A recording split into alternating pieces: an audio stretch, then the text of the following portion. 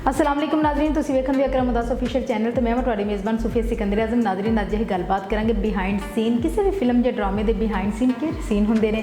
Behind scene वो scene होंदे ने जिहड़े कैमरे की अख तो किते पिछे रिकॉर्ड किए जाते हैं तो बिहाइंड सीन कुछ लोगों वास्ते तो यह बोरियत का सबब होंदे ने, लेकिन जिहड़े असल फिल्म बीन होंदे ने किसी ड्रामे नूं लाइक करने वाले लोग होंदे ने उन्हां वास्ते बिहाइंड सीन बहुत ज़्यादा एंटरटेनमेंट का सबब होंदे ने ते वो तो लभदे ने कि सानूं बिहाइंड सीन कितों लभण ते असीं वेखीए, क्योंकि बिहाइंड सीन च तुहानूं असल रियल कुछ चीज़ां ने जिहड़े वेखण नूं मिलदियां ने ते बहुत ज़्यादा बंदा एंटरटेन करदा इंजॉय करदा। ते अज मैं तुहानूं बिहाइंड सीन विखानी आ ते वेखने इहदे विच की हो रिहा।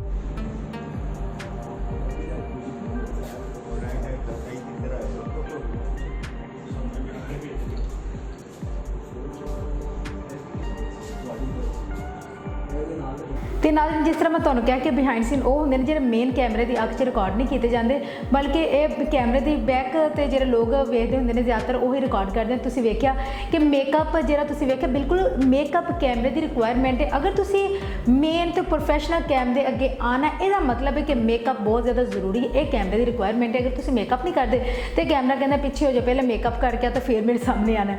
इस वास्ते बेसिक जरूरत होंदी है कैमरे की मेकअप। तो तुसीं वेखिया आओ असीं दूसरे सीन वेखने तो तुसीं दसना भी सम टाइम ना तुसीं कमेंट करके दस दिया करो कि यह जो सीन है किस लोकेशन का है, जगह केड़ी है, ताकि मैंने भी पता चल सके कि जो मेरे नाजरीन ने वो मेरे किसी भी जरा क्लिप या कोई वीडियो भी उन्होंने बहुत तवज्जो के नाल वेखते हैं। तो मैं अगला क्लिप विखानी हाँ।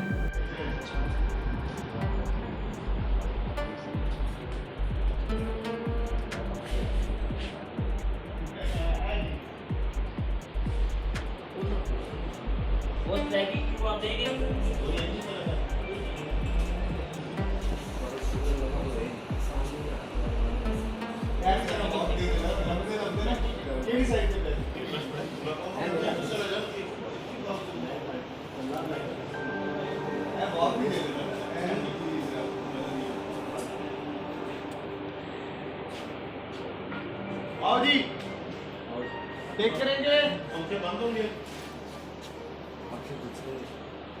Fan of. कि इंटरनल इंडोर जी शूटिंग है वो हो रही है, वो बिहाइंड सीन ने। तो तुसीं मैनूं आप कमेंट करके दसना है कि ये चल मेरा पुत 1, 2 या 3 के बिहाइंड सीन ने।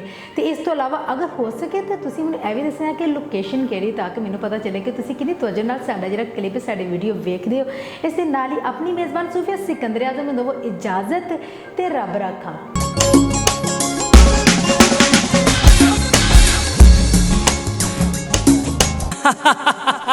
Welcome to Bhuta House. Welcome to Bhuta House. Welcome.